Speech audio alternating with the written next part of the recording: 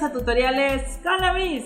El día de hoy tenemos nuestro segundo video, porque no es tutorial, acerca de la historia del vestido, un tema súper interesante, en el cual vamos a analizar la moda, los materiales, la ropa, los accesorios y los inventos de la época prehistórica. Y a este tutorial hemos decidido titularlo como La moda en la prehistoria, según la Miss. Así que quédense con nosotros porque esto va a estar súper interesante.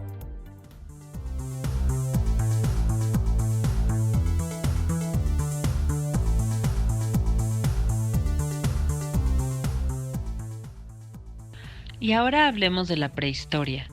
Se considera como prehistoria el periodo de tiempo entre que apareció el hombre sobre la faz de la Tierra hasta hace 3300 años antes de Cristo, más o menos, que es cuando inicia propiamente lo que se conoce como historia, porque es cuando el hombre empieza a escribir la historia. ¿Cuándo apareció el hombre sobre la faz de la Tierra? Pues es un dato impreciso, nadie estábamos ahí para corroborarlo, pero dicen algunos libros que esto fue hace 4 millones de años, o sea que ya llevamos un ratito en el planeta.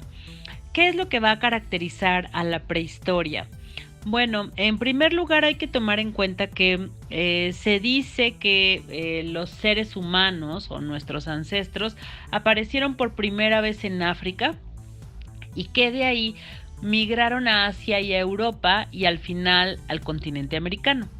Los primeros grupos humanos fueron nómadas, es decir, que no tenían un lugar fijo donde vivían y más bien se la pasaban viajando, así como algunos mochileros actualmente.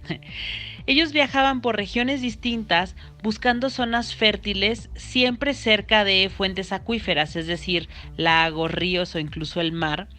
Los hombres eran los que se dedicaban a la cacería y la pesca, mientras que las mujeres recolectaban frutos, raíces y vegetales propios del lugar. Una vez agotados los recursos, pues porque se los acababan básicamente, o si cambiaba el clima y llegaba el invierno, estos grupos se veían obligados a migrar a una zona más hacia el sur donde el clima fuera pues más favorable, digamos. Cuando algunos de estos grupos de nómadas decidieron asentarse en un lugar específico y volverse sedentarios, es que tuvo lugar lo que se conoce como agricultura rudimentaria, es decir, ellos descubrieron que al tirar algunas semillas al piso, ¿no?, a la tierra, estas germinaban y es así como empezaron a cultivar sus primeros alimentos. Otra cosa que tuvo lugar una vez que estos pueblos se asentaron, son diferentes actividades que ahora serían consideradas como artesanales, como por ejemplo, todos los materiales que ellos obtenían de los animales que cazaban, los fueron acumulando y fueron manipulándolos, por ejemplo, los huesos, la piel y los cuernos y demás, que era lo que quedaba después de que pues básicamente se comían la carne de los animales.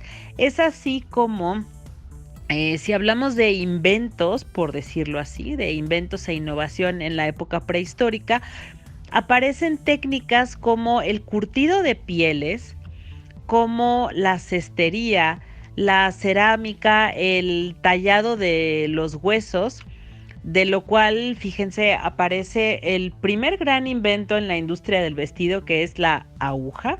Es un gran invento si se ponen a pensarlo y no ha cambiado mucho su forma a lo largo de los siglos, o sea que fue un invento muy brillante, la verdad. Y también de esto hay otras actividades como el trabajo artesanal e incluso pues los primeros accesorios de moda.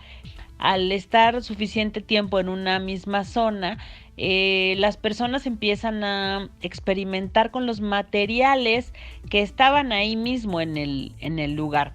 Es con esto que hacen las pinturas rupestres, que pintan ollas, incluso que llegan a pintar algunos materiales que utilizan ellos para cubrirse.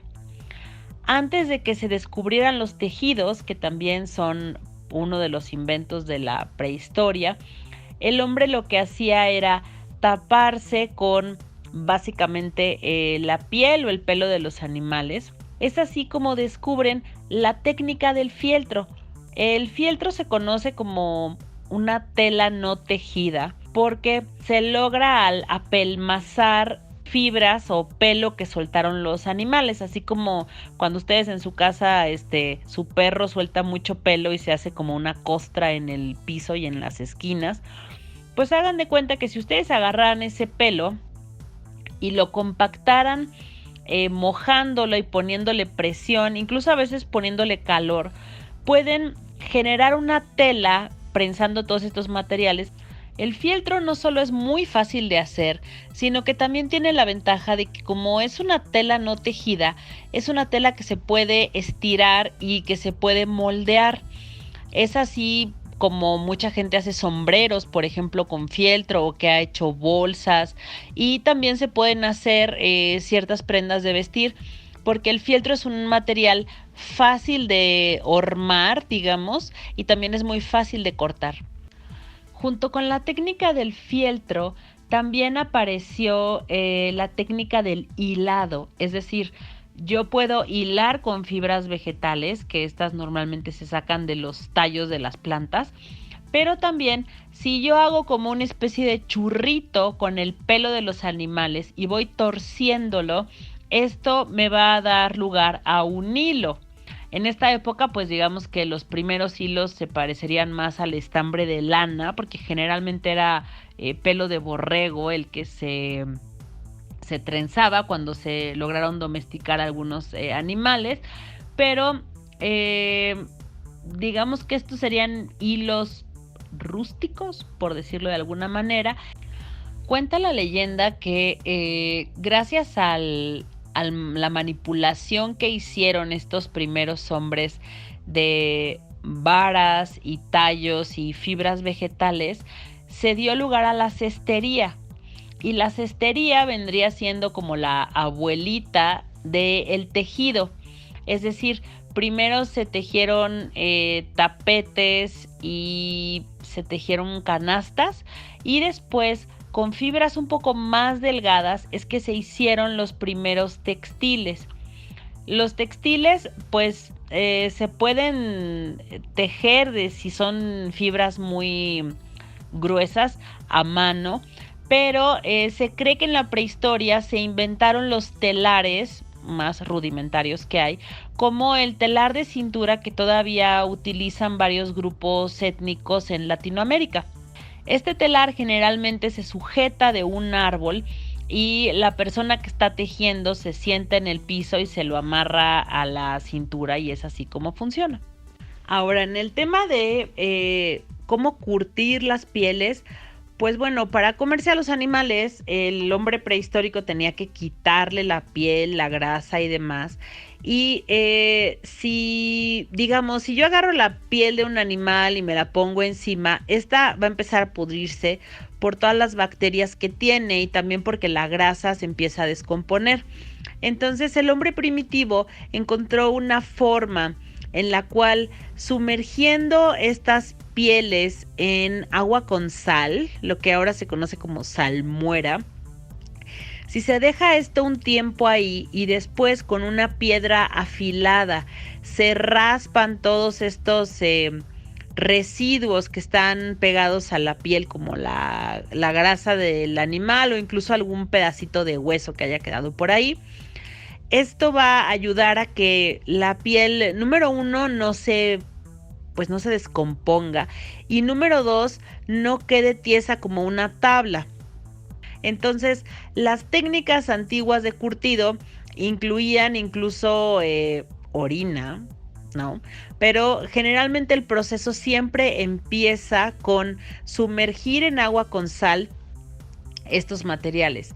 La sal, por si alguno de ustedes no sabe, es uno de los fijadores de color más antiguos que existen. De hecho, la gente lo sigue utilizando, y es por esto que también se cree que desde la prehistoria ya había nociones de teñido de materiales, es decir, se sumerge un textil en una sustancia y luego se le echa agua con sal. Esto, y fíjense también, la orina también es un fijador para el color. Sin embargo, algo que existió hasta muchos siglos después es el patronaje de las prendas de vestir. Es decir, la gente en la prehistoria se vestía como podía. Se envolvía pieles de animales y luego con tiras de cuero o con alguna forma arcaica de cordel vegetal se sujetaba estas telas o pieles al cuerpo. La prenda más sencilla y rudimentaria que existe se llama sarong y es básicamente un rectángulo de tela hecho en telar que la persona, hombre o mujer, se enrollaba en la cintura o alrededor del torso y que también podía llegar a utilizar como capa. Gracias a la invención de la aguja es que se podían unir pedazos de tela o incluso pedazos de piel para armar algo un poquito más elaborado y sobre todo que no se cayera del cuerpo, sino que se mantuviera pegado al cuerpo de la persona. ¿Qué más se ponían estas personas encima del cuerpo? Se cree que podemos hablar de formas rústicas de calzado. Por un lado de, entre comillas, ¿no? Vamos a decirle botas, que eran pedazos de piel enredados alrededor de los pies de las personas, atados con alguna fibra vegetal o incluso con tiras de cuero más delgaditas, que posteriormente se fueron cosiendo, dando lugar a alguna especie como de... No sé si han visto las botas de los indios americanos o de los esquimales, ¿no? Es una bota muy rústica con que las costuras están como por afuera. Y también se habla de formas muy, muy rudimentarias de sandalias. Estas generalmente estaban hechas como tipo las alpargatas españolas, que la suela es un tejido, como si fuera una especie de tejido de cestería. Y luego de ahí se sujetaban al pie con algún tipo de cordel vegetal o con cintas de cuero. Además del calzado, hay toda una vasta colección de accesorios que el hombre prehistórico diseñaba para decorar su cuerpo y también como formas arcaicas de amuletos. Recordemos que en la antigüedad el hombre prehistórico era un hombre de creencias politeístas, es decir, que había varios dioses como en su vida. Hay que visualizar al hombre prehistórico como un ser que no podía explicar muchas de las cosas que pasaban en la naturaleza y entonces a todo le tenía que dar una explicación mágica. Es por eso que se inventan los dioses, porque había cosas que escapaban a su entendimiento y que no se podían explicar de otra manera más que con causas mágicas. Es por eso que, por ejemplo, un guerrero cazador, después de, de matar a un tigre, él creía que poniéndose una de las garras del tigre como amuleto colgado en el pecho o vistiéndose con la piel de ese animal, iba a tener el valor y la fuerza que ese animal tenía.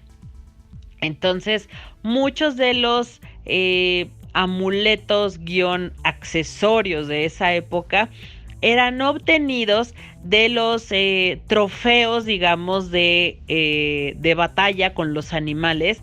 Las personas que más utilizaban este tipo de accesorios eran los guerreros y los líderes. Generalmente el líder de la horda era el anciano, digamos, o la persona más mayor del grupo, que fungía como de mago, chamán, jefe, no sé cómo llamarlo, tenía como funciones múltiples, y ellos eran los que empezaron a utilizar accesorios distintivos que también ayudaron en esa época a jerarquizar y marcar quién era quién dentro de la horda. Los accesorios que no tenían nada que ver con estas cuestiones de amuletos religiosos o de trofeos de cacería estaban hechos generalmente de cuentas que podían ser de piedra, de barro o de hueso o de madera o algún material que pudiera pulirse y perforarse. Así que en muchos lugares se han encontrado pues collares hechos con cuentas de diferentes materiales. El barro y por ejemplo el hueso son muy fáciles de manipular. Entonces hay evidencia de diferentes tipos de accesorios hechos de estos materiales, ¿no? Otros materiales que se prestan mucho para desarrollar amuletos o para hacer joyería son todos los moluscos o animales marinos que tienen alguna especie de concha o de coraza, así que también se han encontrado restos arqueológicos de productos del mar vueltos accesorios. En cuanto al tema del maquillaje, por decirlo así, y de la decoración corporal, pues a muchos les sorprendería saber esto, pero los tatuajes y las perforaciones existen desde la prehistoria, es decir, el hombre prehistórico se decoraba su propio cuerpo con cualquier cantidad de símbolos mágicos, porque pues les decía que era muy importante para ellos protegerse de los dioses y de los elementos.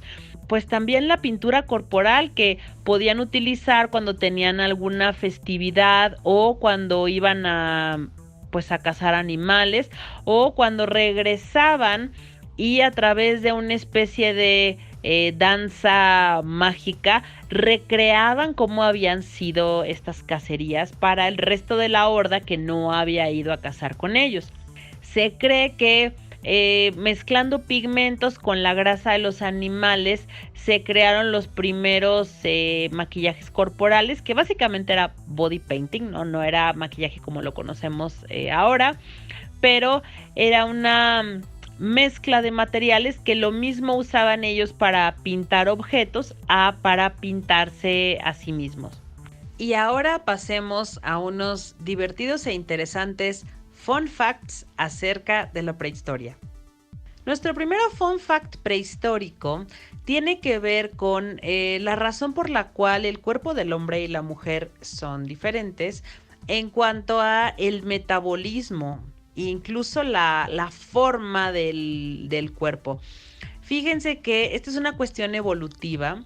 Se dice que la razón por la cual el hombre desarrolla con mayor facilidad tono muscular es porque los hombres eran los cazadores y los que tenían que salir y recorrer grandes distancias para traer el alimento y luego pues no sé cuánto pese un animal prehistórico, pero seguro pesaban un buen.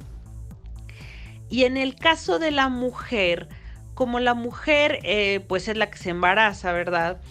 Y a veces tenía que pasar mucho tiempo sin alimentarse o tenía que caminar grandes distancias y aún así poder amamantar a sus hijos. Esta es la razón, digamos evolutivamente hablando, por la cual el cuerpo de la mujer tiende a almacenar más grasa corporal. Es por una cuestión de evolución que viene desde la prehistoria.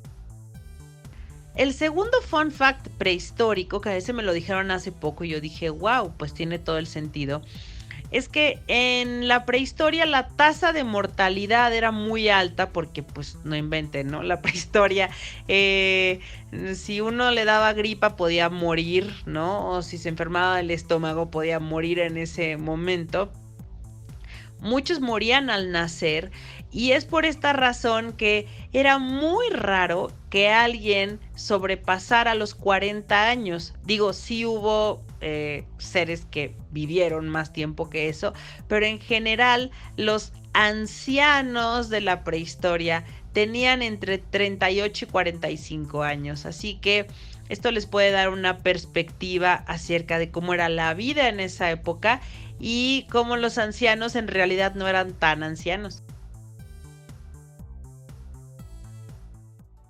Muchas gracias por ver este video, espero que les haya gustado. Si así es, yo los invito a que nos regalen un like, se suscriban a nuestro canal y nos ayuden a crecer. Vienen tutoriales súper interesantes a futuro. Si tienen alguna duda o comentario, aquí les dejo nuestro correo para que nos escriban. Sobre todo si quieren ampliar información en algún tema, por favor, siéntanse con la libertad de escribirnos. Y quería hacerles la acotación muy importante, que siempre que hablamos de historia o de historia del vestido, hay muchas opiniones que discrepan y que no están de acuerdo en las versiones que dan los distintos libros. Así que recuerden que la información que les estamos dando aquí está basada en datos que yo he recopilado a lo largo de mucho tiempo, fundamentado en diferentes libros que he consultado. Si ustedes tienen libros que dicen otra cosa, está bien. Ninguno vivimos en esa época, así que nadie puede irlo a comprobar. Entonces, sean benévolos con este canal y aprovechen la información sintetizada que les estamos otorgando, ¿ok? Que estén muy bien, nos vemos en el próximo video.